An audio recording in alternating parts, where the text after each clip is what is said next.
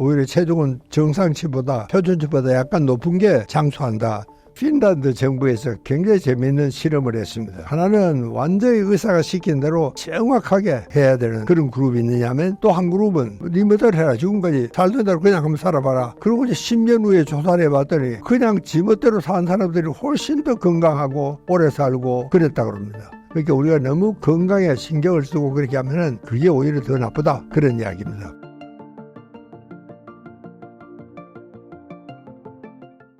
본격적인 건강관리는 언제부터 시작해야 한다고 생각하시나요? 그건 뭐 아주 어릴 적부터 정말 해야 된다고 생각을 하는데, 요즘은 이제 정말 우리 한국 아이들도 참 걱정이, 공부를 너무 시키기 때문에 학원에 가더라고. 뭐 요즘 심지어는 운동장이 없는 학교도 정말 있거든요. 그렇게 우리 어릴 적에는 제가 좀 생각해도요, 어떻게 내가 정말 90까지 살아. 올해 내가 90입니다. 창피하지만. 그런데 어떻게 그렇게 오래 살 수 있었을까 생각을 하니까, 역시 우리 어릴 적에는 건강에 대한 개념이 없었다는 게 나는 오히려 오래 살아간 게 아닌가, 이래 생각이 돼. 뭐 무슨 초이스가 없잖아요. 보리에 한 톨 있으면 그것까지 찍어가지고 죽으러 가려면 먹고, 안 그러면 뭐 정말 채소나 뜯어가지고 채소죽 끓여 먹고 하는, 그게 우리가 다 했으니까 오히려 그런 생활을 했기 때문에 오히려 오래 건강할 수가 있지 않았느냐, 그런 생각이고요. 우리 어머님만 하더라도 참 그 가난한 시절에 104살까지 살았습니다. 그걸 보면은 확실히 정말 너무 부유롭게 산다는 게 지금은요 굉장히 오히려 건강 장수와는 반대되는 그런 생활을 한 게입니다. 그러니까 오히려 윤택할수록, 그렇게 미국의 요즘 젊은이가 오히려 지금 어른보다도 수명이 짧아진다는 이야기가 바로 거기서 나오는 거죠. 예. 요양원 갈 걱정 없이 아프지 않고 건강하게 살려면 평소에 어떻게 해야 할까요? 하나의 첫째는 이제 소식해야 되고, 그 다음에 이제 천천히 오래 먹어라. 오래 씹어 먹어야 된다. 그 다음에 이제 이 적절한 운동이 꼭 필요합니다. 특히 이제 식후에 한 20분 정도는 뭐 운동이라 할 것도 없고 그냥 걷기만 해도 돼요. 한 20분 정도. 그거를 정말 잊지 말고 꼭 좀 해줬으면 좋겠는데, 그게 지금 잘 안 되고 있습니다. 그리고 이제 우리는 뭐 워낙 그 스트레스를 많은 받고 살고 있으니까 그 스트레스를 정말 적절히 처리할 수 있는 슬기와 지혜가 있어야 된다, 저는 그 생각을 하고 있습니다. 그렇게 제일 중요한 것은 소식하고 천천히 먹고 적절한 운동을 하고, 그리고 우리가 스트레스를 잘 처리할 수 있도록 그렇게 좀 됐으면 좋겠다. 저는 참 건강에 중요한 포인트를 이야기하다 보면 뭐 그렇게 요약이 될 수 있겠습니다. 박사님만의 스트레스 푸는 비법이 있을까요? 글쎄, 내만의 스트레스 푸는 법은 뭐 제가 하도 스트레스 강의를 하니까 남한테는 안 가르치고 내만 알고 있는 거는 없는데, 그래도 이제 사람들이 안다고 다 하는 것도 아니거든요. 저는 스트레스를 뭐 어느 누구보다도 많이 받죠. 우리가 뭐 책을 한 권 쓴다 그래도 정말 스트레스거든요. A라는 학자는 이렇게 이야기를 하고 B라는 학자는 이렇게 이야기를 하고, 자, 내가 글을 쓰기는 써야 되는 독자들에게 그럼 A 학자 말을 따르라 그럴까, B 학자 말을 따르라 그럴까, 이것도 굉장한 스트레스입니다. 그러니까 내가 책을 한 권 두고 내놓고 나면은 항상 가슴이 정말 두근두근하죠. 혹시 누가 딴소리를 하면 어떡하나. 반드시 반대의 의견이 있습니다. 이 세상에 하도 이제 복잡해서. 그래서 그러나 저는 뭐 그럴 적마다 이 스트레스는 의사인 이상 피할 수가 없다. 예. 이 세상 모든 의학 논문을 읽고 또 그렇다고 해서 뭐 좋은 처방이 나오느냐 하면 또 그렇지도 않거든요. 그러니까 이제 자기 신념을 믿고 환자 컨디션을 잘 듣고 환자 이야기를 잘 들어야 된다는 게 저는 참 중요하다고 생각하는데, 요즘 우리 병원에 가보면은 환자 얼굴을 안 쳐다봅니다. 컴퓨터 화면만 쳐다보는 거예요. 검사하는 결과 이거 보고 환자하고 잠시 이야기하는, 나는 그게 요즘 젊은 의사들의 그 점이 정말 참 못마땅하더라고요. 환자 얼굴을 좀 잘 쳐다보고 환자 이야기를 잘 들어야 되는데 환자 이야기를 잘 듣는 것 같지가 않습니다. 컴퓨터 화면만 들어보고. 검사 결과가 중요하지. 사실 중요한 것은 사람 아닙니까? 예. 그래서 나는 요즘 우리 젊은 의사들한테 또 그렇습니다. 네가 정말 의사로서 환자한테 뭐 의학적인 질문도 해야 되지만 그거 말고 딱 한 가지만 더 이야기해라. 가령 애가 요즘 수험 받으려면 좀 시험 잘 봤습니까? 뭐 그 말 한마디만 하더라도 환자는 굉장히 안심. 이 선생님은 우리 가정사건도 그렇게 걱정해 주시는구나. 굉장히 좋은 이야기 되죠. 그러니까 뭐 저는 뭐 그런 그 기법이 저한테는 문제는 스트레스 때문에 죽겠다 그러면 진짜 죽습니다. 문제는 그런 정도 스트레스에 당연히 있어야지. 의사로서 그것도 없으면은 의사도 아니죠, 사실은요. 근데 그렇게 생각하면 이건 뭐 당연히 있어야 될 스트레스니까 그건 뭐 내가 정말 한결 스트레스를 받아들이고 수용을 하고 그걸 인정을 하고 그걸 배척을 하는 게 아니고 그리고 스트레스라는 것도 마찬가지고 우리 상처하고 마찬가지입니다. 상처는 우리가 건들면 더 성을 내면 안 되거든요. 그래서 상처는 잘 다듬고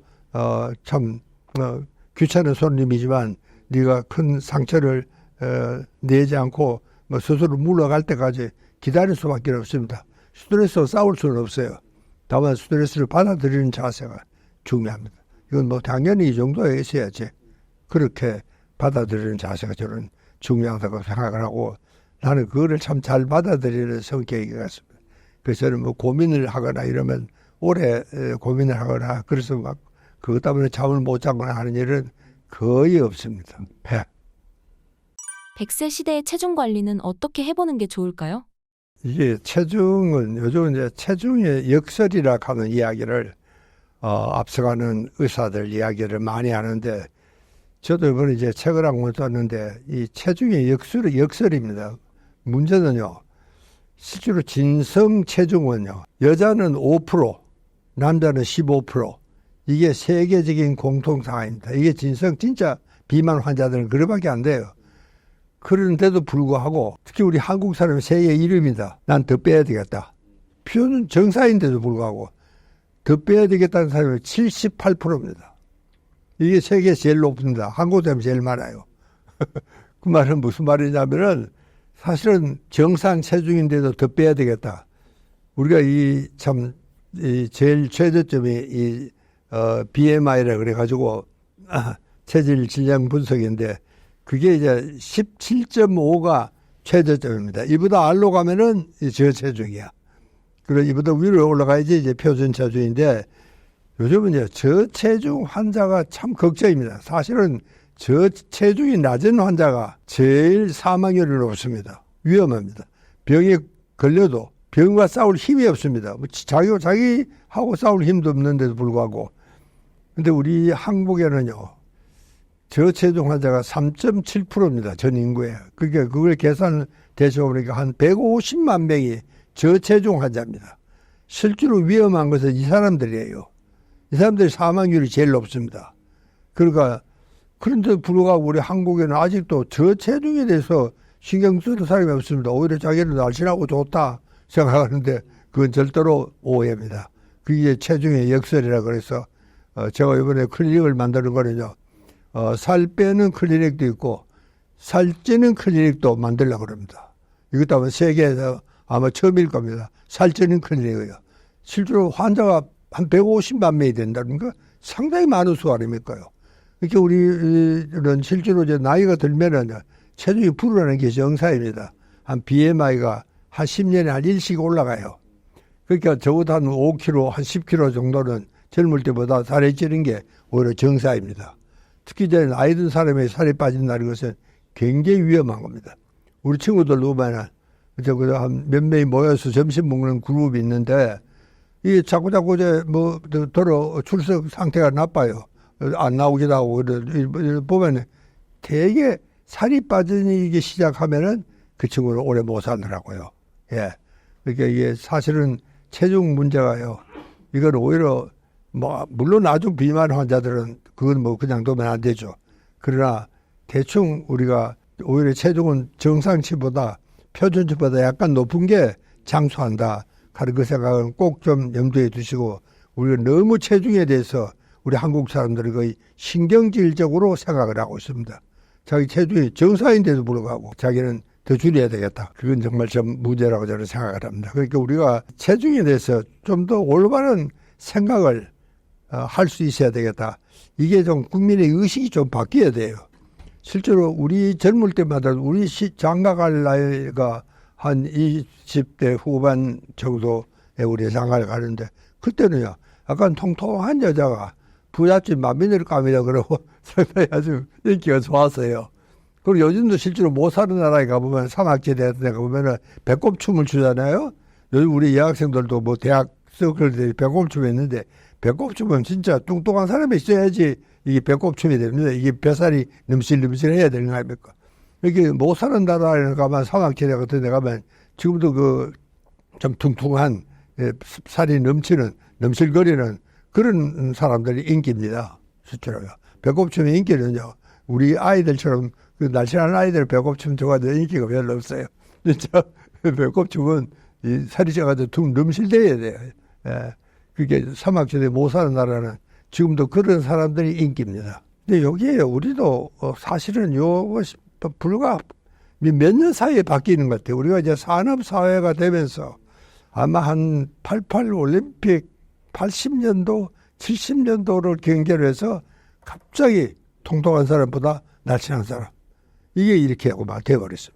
그렇게 우리가 이제 올바른 좀 문화의식을 가지고 건강에 대한 생각을 갖고 이러면 이 사람이 좀 약간 통통해야지 사람이요.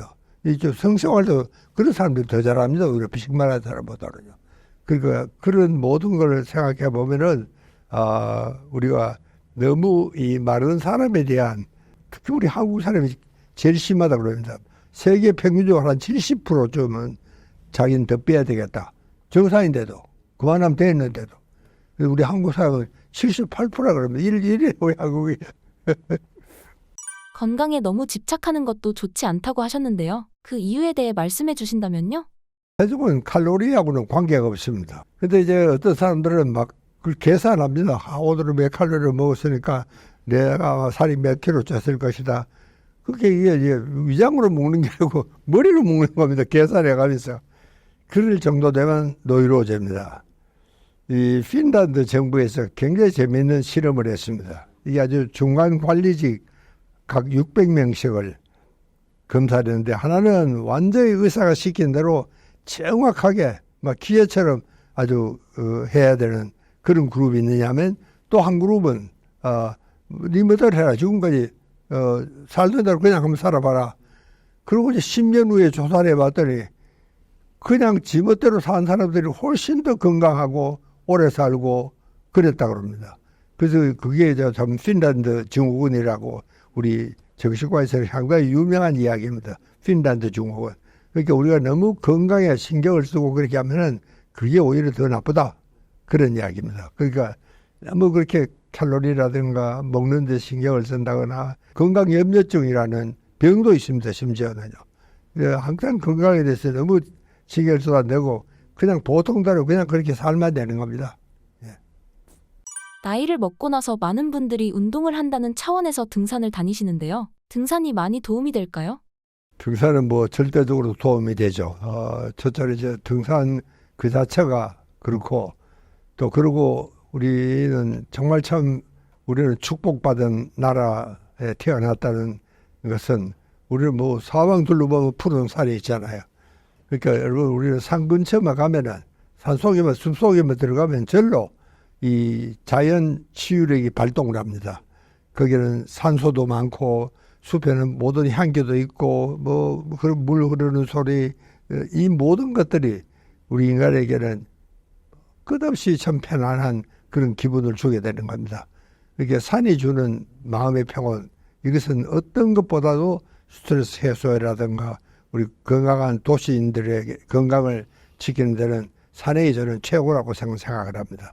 그래서 물론 산을 오르고 내리는 것도 그 자체도 참 중요하지만 그냥 산에 그냥 앉아 있는 것만으로도 여러분도 그 산에 가서 폭포 옆에 이렇게 하면 앉아서 눈 감고 하면 있어 보십시오. 정말 마음이 아주 참 시원하고 깨끗하고 그렇게 되는 것을 뭐 느낄 수 있잖아요. 당장요. 근데 우리처럼 막 그 등산을 마치 시합을 하듯이 올라가는 사람들이 있습니다. 또 올라가고 내릴 때도 막 또 내려가요.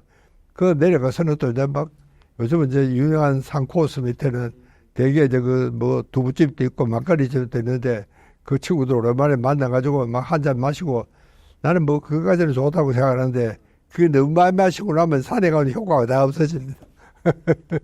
적정하게 해야 되는데, 예.